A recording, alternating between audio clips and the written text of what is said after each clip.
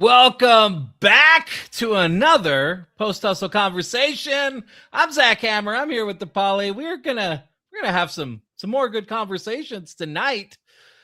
Tonight we're talking to Kate, and that's pretty exciting. DePauli, how you doing tonight? I'm good. I'm very excited for this conversation because I feel like Kate speaks to women in a great way, and I'm really excited to bring that to our audience. I love it. I love it. Me too. So these conversations, they're all about getting people the chance to meet the speakers for the Post Hustle Summit happening February 27th, 2026. I said it right again, DePauli, 2 in a row. In a row. No slides, no sales pitch, just real talk about building businesses without the burnout. So today, like I said, we're talking to Kate Martin. Kate started as a personal trainer, built corporate health programs, and has been self-employed for 28 plus years. Wow. Gold. She's lived the tension between building a business and taking care of your body. Let's bring Kate on. Kate, welcome. Hello. Guys, thank you so much for letting me join the party. Yeah. Thank you for being here. You're always welcome to join the party. And I want to say it's very relevant for anybody that actually has a body. So it doesn't matter if you're a woman or a man. Okay, awesome. I'm just biased. I do have a body, so I'm here to learn. Let's go ahead and dive in. So Kate, what we like to start with is we want to hear your story. We want to hear your post-hustle story, especially. What for you do you connect with about this message of building a sustainable business, building in a way where it's like you've tried the hustle and grind, and there's nothing wrong with leaning into the hustle when you need to, but having it be your entire life could be a bit problematic. In what ways do you connect with that? What's your story? Oh gosh, I am conscious of keeping it as short as possible and incredibly relevant for you guys. So I have my own burnout story, as does everyone in business. I don't think there is such a thing as balance. I think it's a constant seesaw. And I'm such a fan because I do have the health background of there are little things that you can do, like making sure you check in with yourself, because if you aren't, then things become bad, in terms of that's how the body breaks down. And then often we don't notice until that body breakdown is actually either presented to us like in a harsh way, or in my case, this was about 15 years ago. My daughter was young. She's 18 now. And my hair was falling out. And that still wasn't enough of a sign that something's wrong, because I don't think I even noticed that until I looked back at videos and like, wow, I almost don't have any hair. Yeah. But a customer on the gym floor came up to me and said, "Do you mind if I ask you a question?" I said, "What? Of course not. Ask me." And then I realized later I had this scowl on my face. I was always walking around, talking to a million people, running a million things, putting out all the fires, doing all the things. And it wasn't until a week or so later I realized that poor lady felt like I was unapproachable. What look am I walking around with on my face? And then things started falling into place of, oh, your hair's falling out. Oh, you're not sleeping properly.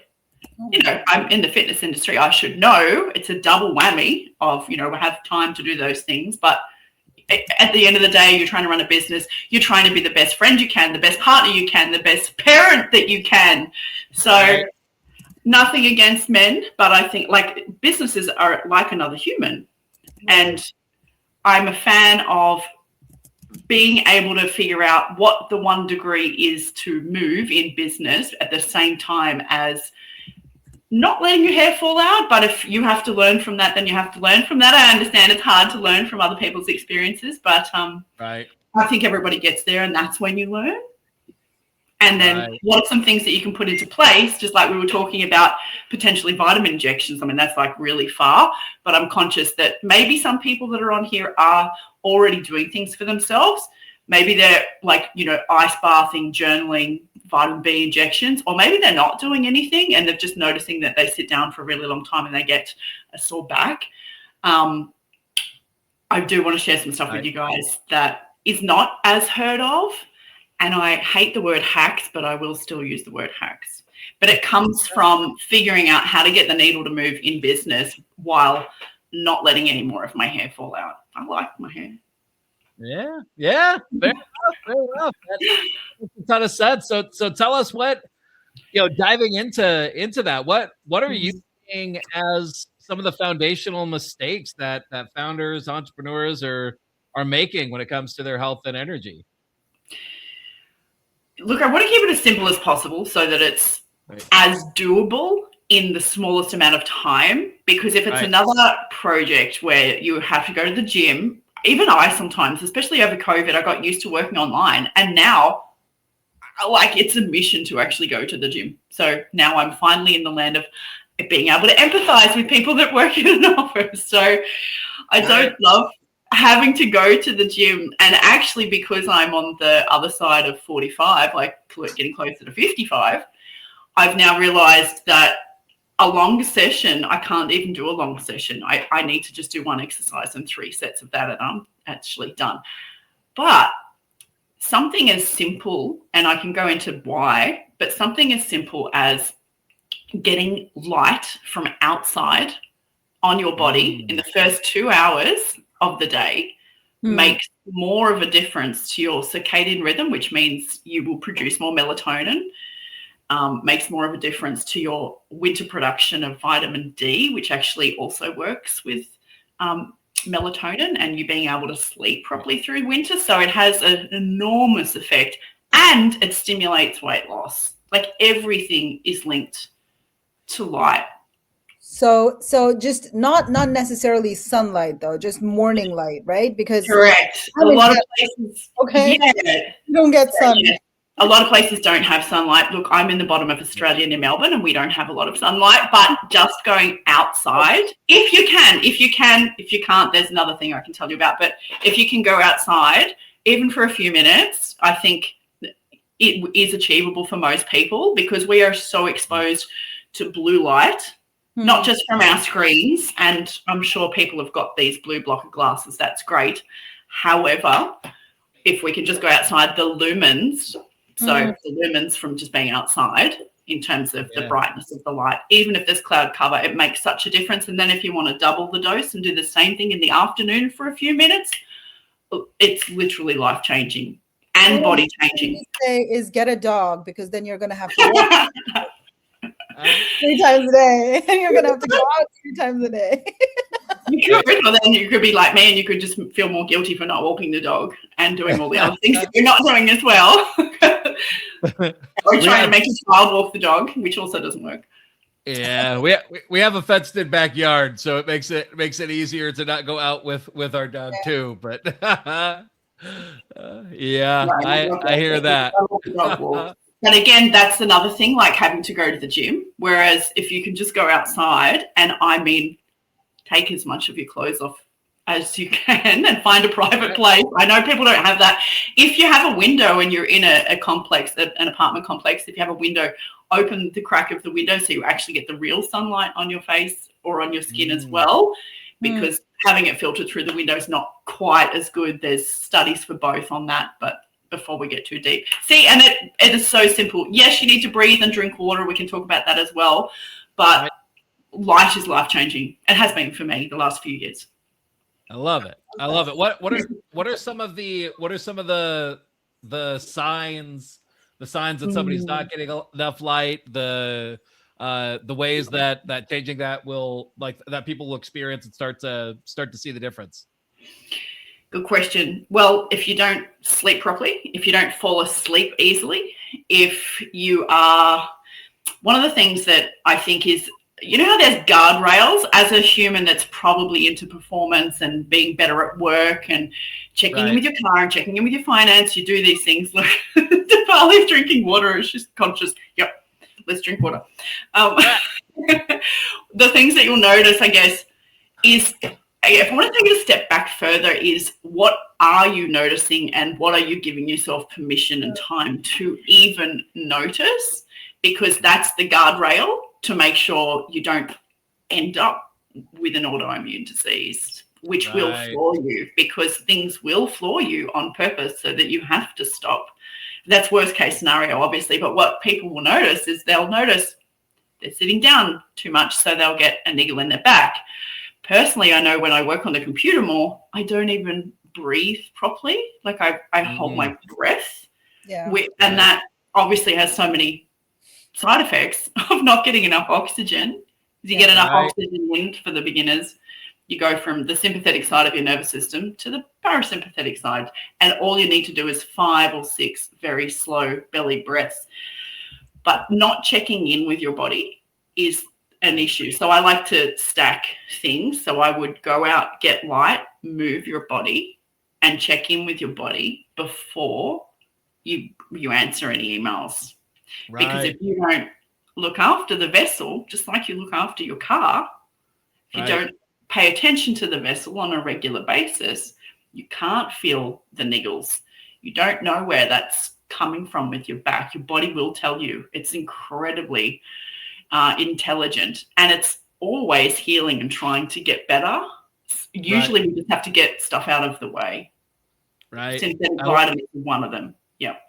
I love that. We were talking on an earlier conversation with Anita. I mentioned what I'm doing right now to help myself focus and not get distracted. I have this app called Screen Zen, and it stops me from going to a website and asks if I actually want to go there first. But one of the things that I have it prompt me to do too is when I decide to still go to a website, like say I feel like I actually need to, it's set to lead me through breathing at that time too. So I'm leveraging it not only to keep me focused, but when I actually do click through, I'm like, oh, hey, good reminder. I actually need to breathe. So yeah. It's I love that.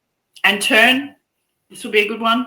I love that. I love stacking reward systems as well. I work quite the same. Maybe it's an entrepreneur thing. Yeah. And I like to stack it into small 5 or 10 minute things. I'm not allowed to do that until I've done this. And then you get better performance out of it anyway. But it can be done. I find the bookends of the day are the easiest times to implement new things. So when you're in bed, or when you first get out of bed, or when you're going to bed, or just before you get in bed, is usually the easiest. That's a really good, that's a really good tip, because just the reality of you have to have some sort of trigger typically, and those are big triggers, right? You just ended your workday, or you're just getting out of bed, or that makes a ton of sense. Surely the entrepreneurs that are on here are used to doing that kind of stuff anyway, I would presume. I don't know, maybe not, maybe some are. Maybe we're checking emails still. I know sometimes I will get into that habit, and it is better to obviously leave the phone further away from the bed. But I actually stick these. I write the new habit that I want to implement. It's just a Post-it note. Okay. Very complex technology. I will stick it on the wall in the bed so that I can remember, because otherwise I can't. It's not going to consciously pop in if it's a new habit. Right. And I don't want the reminder to be. That's great, because I stick my affirmations on Post-its and just put them there. So when I'm on bed, I can see them right before I go to sleep, and the first thing when I wake up. So, but this is a good idea. I'm going to do this too. Okay, that reminds me. I need to upgrade my Post-its. The Post-its that I got don't seem to actually stick to anything, so I just end up with pieces of paper flying around. But it's a good reminder. Pick them up, and that would be good for you. Hey, there you go. Good call. As long as you read the Post-it. Right. You're stepping over things, don't you? So I find, I will need a different color so it's not obvious to the eye. Right. Becoming accountable to someone else helps sometimes as well. So, to tell a friend, or, fear of embarrassment. Right. For want of a better word. Yeah. I mean, if you have it, use it to your advantage, right? Right. If you have do it with your team, fear of embarrassment, then use it to your advantage to make yourself do things you want to be doing in life. I think that's good, right? Yeah, exactly. I book appointments with people with things that don't come naturally to me, and because I'm more creative, and I, the bookkeeping and accounting type of tasks and Excel and all those things don't come naturally. So I'll book an appointment with my bookkeeper, and she will sit there while I fill out whatever data I have to fill out, because I won't do it if she's not there. Yeah. Body doubling. That's exactly what I've learned to do too. I hired an assistant because I needed somebody to just work with me. Yep. I love it. So we got light. We talked a bit about breathing. In what ways would you recommend that? Like, what ways are people making that mistake? How could we be shifting that, and what difference does it make? Good point. Well, to just refresh everybody on the basics, I feel like it's funny. Everyone knows everything when you talk to them now because of short videos in the last couple of years. Like, even last time I caught up with my old girlfriends for lunch, and they were talking about something medical, I was looking at them back and forth thinking, I paid a lot of money to learn this, and you know it already. Right. Right. So, but I know that the overwhelm is also there because there is so much information. So what do you actually apply to yourself? When you think of the human body, what is the first thing that if we don't have enough of, we actually die? Oxygen. Yeah, it's air. So that's the most important thing in terms of importance if you're going to implement some habits. So there's oxygen, and then after that, what else can't you survive without? Wow. You know, because we can go for a few weeks without food, but the next thing is water. Right. Yeah. And then the next thing would be light. So that's why I added that in there, because it's not as heard of. There is still a lot of content around it on the internet, but every system breaks down if you aren't breathing properly. So it is a bullet that fixes everything. And when we say breathing properly, it just means inhaling ideally through your nose, but really get it in any way you can. And instead of breathing up here, allow yourself to fill up the belly, which is hard to do when you're sitting, and it's easier to do when you're laying down. But if you look at your puppy dog, for example, or the cat, their stomachs move, our children's bellies move. It's because that's how we are supposed to be breathing. It just means your diaphragm's moving down, your guts, your belly has got to get out of the way. And this doesn't breathe. So you will also take the tension away from your neck. So if your neck is tight, okay, maybe it's the posture of sitting like this at the desk, but also you are inhaling up here, and it's not wrong. Those muscles are designed to be able to lift your ribs, but only if you're going at over effort level 8 out of 10. So only if you're sprinting, So prior to that, the other thing that breathing down here on purpose, just 5 breaths a day, what it does is it actually helps rehabilitate the entire core musculature if you've had surgery, if you've had a child, if you've got a sore back and there's a pain signal down there that will actually turn those muscles off. However, you can do Pilates and crunches all you want, and they won't turn back on unless they are coordinated. So the way we coordinate them is by filling up the diaphragm, and then it actually acts like a tin can with the pelvic floor on the bottom and the muscles around the outside. Right. And then it supports the back. So we coordinate it and we make it strong. So if you've got a sore back, it actually is the foundational work to fix the sore back. Zach, I could keep going. I love it. Yeah. So I mean, it's one of the things, breathing especially is always been one of the, it's like, it's my go-to when I'm feeling overwhelmed or stressed, is just stop and breathe. And then it's amazing how immediately you feel better, which is like this reminder of like, I should probably be doing this more. Because if it makes this big of an impact when I just remember to do it offhandedly, it's probably going to help to be more systematic about it. What's the for breathing? What have you found is like, do you batch it together with the light and those things, or have you found a good trigger that you think works specifically well with breathing? I like the check-in that you mentioned with your software. And I used to get with corporate clients, I'd get them to put anyone that's on the computer, basically, which is everyone now, isn't it? I used to get them to put an alarm on.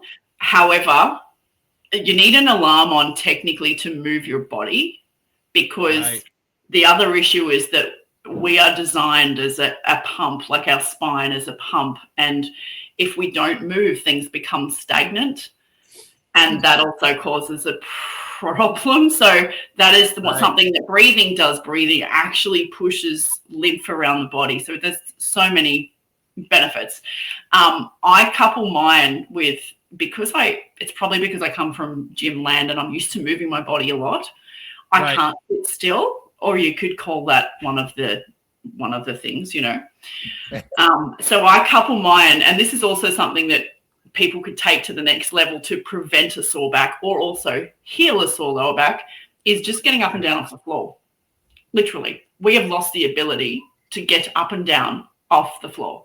So yes, I will, Zach, you're right, I put mine in the morning because I find if I don't get my own thing done, then by the time I sit at this thing, it's definitely harder to leave to, unless I've got an appointment, I'll get up for that. Right. Yeah. And it's the concentration. So that's fine. But I'm sure everyone is a grown up and they know how to block their work time. So in the blocking of that, in the going to get lunch, in the whatever, put some Post-it notes around, go and sit on the lounge room floor, go and sit somewhere else on the ground.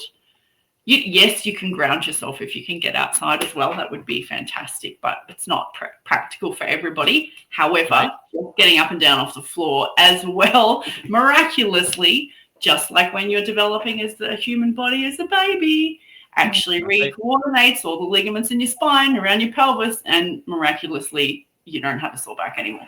That's amazing, because we were always taught to sit on the floor and eat.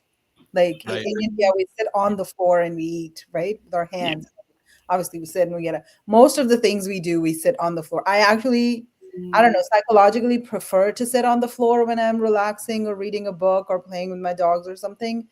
Right. So interesting. I didn't know there were health benefits to it. And there's so many cultures that do it that way, and they can squat all the way to the ground. However, we are told they don't have bowel issues, you know, like they don't have the C word. They don't have the C word with their bowel because they eat soy, but it's actually because they squat. Yeah. Right. Yeah, it is amazing, because when your knee comes near your shoulder, the ligaments that are further down relax. Right. Interesting. Which allows you to eliminate more, and everything does actually start there. So sitting causes a problem with elimination. If you drink water, you get constipated. Really, it's just all a nightmare. It depends on where everybody's at, but honestly, just doing one thing for a week, and out of the breathing and the light and the getting up and down, one of those will make a huge difference, because even if you used to do it, or even if you go to the gym, I bet you're not doing all of those things. So they will make a difference. Yeah. Yeah. Yeah. And go ahead, Polly. I got a like a lower back issue while I was living my fittest lifestyle, right? And that's because no matter how much gym or dance I was doing, I was sitting for 8 to 10 hours a day at a stretch without moving for like a majority of the day. And that's what caused the issue in the end. So they do say, like way back, 20 years ago, one of my teachers suggested that we sit on a ball. And sitting on a fit ball, I know it's not practical for everybody, you won't fall off it, so get used to sitting on it, but it allows your spine to move, so then you've got that pump of the fluid, which also keeps the muscles awake as well. And you don't have to do it the whole time, but you want to take it to the next level. Sit on a ball for some of the time, you can still concentrate, because I still would rather sit down than stand up, and I've got a stand-up desk, so yeah, that works as well. But then I find I'm locking my legs and the circulation's not going through, so I'd rather sit on a ball. That's there's a hack for a desk. Yeah. That makes sense. Throughout all my calls. I do. I often do. My ball's just there. Can you see it? Yeah. Not on it today. I'm being very professional today. I love it. Yeah, I mean, part of what I'm hearing, and I love about this is like, really the foundational stuff, like you said, is probably things that most people have heard at this point. The thing that I'm really liking about what you're talking about, though, is just like the reminder that we need to get back to it. The reminder that the first principles of actually check in with how you're feeling, what your body's telling you, and then combine that with like trying to implement one of these things. Lets you know when it's making a difference, how it's impacting things, right? Because if you're not aware of what's happening, you're also not going to be aware of when something's helping either. And so, in that same vein, you have, you gave some good, quick ways that people could implement things in a powerful, quick way. But the reality is that there's going to be lots of adaptation. There's going to be lots of different needs and different scenarios. So I love that we kind of went through a sampling of what somebody could do. What would be, if you had to pick one thing coming into 2026 as a founder, whether it's something you covered already or something else that you would have in mind, what would be the one thing that you'd tell people to do to really be able to step into 2026 powerfully when it comes to their health and their energy? Don't try to do it all yourself. Actually, and because that's a motto for myself, because I've always been so capable, but I don't feel like doing things myself anymore. So I've got a bigger team that helps with some things, some projects that I do, which is so bizarre, but also, I don't know, just a new way to do things and a good way. I can't just go and be an expert for 20 something years like they are. So why would I try? And I used to try. In fact, I was the best person for the job, so I wasn't going to get someone else to do it, Not true at all. Letting people help, I guess. Wow, that's so interesting. This is we had a conversation with Cassie, right? Cassie was like Cassie Fleming. She also said the same thing. She said the thing that you're most likely to not do for your own business is the thing you're the best at. Right. Business or for yourself is the thing that you are good at, because you will hold yourself to a higher standard, and also because you'd be so exhausted by doing it for other people that you would just keep procrastinating it for yourself. So it's best that you get some help. and very like part of what she pointed out that I think is true to what you're saying here is that it's very often it's the thing that you're great at is the thing that is often the worst in your business, because that's probably where you need the most help, because you don't want to do it for yourself. But that's a deep thought. I'm gonna have to think about that one. Indeed. I love it. Well, yeah. So I love the takeaways. I love the reality of not trying to do it yourself. One last question here before we wrap. Kate, where can people connect with you? They want to dive in deeper about this. They want to get help on this. They want to learn more. Where can they go, and how can you help them?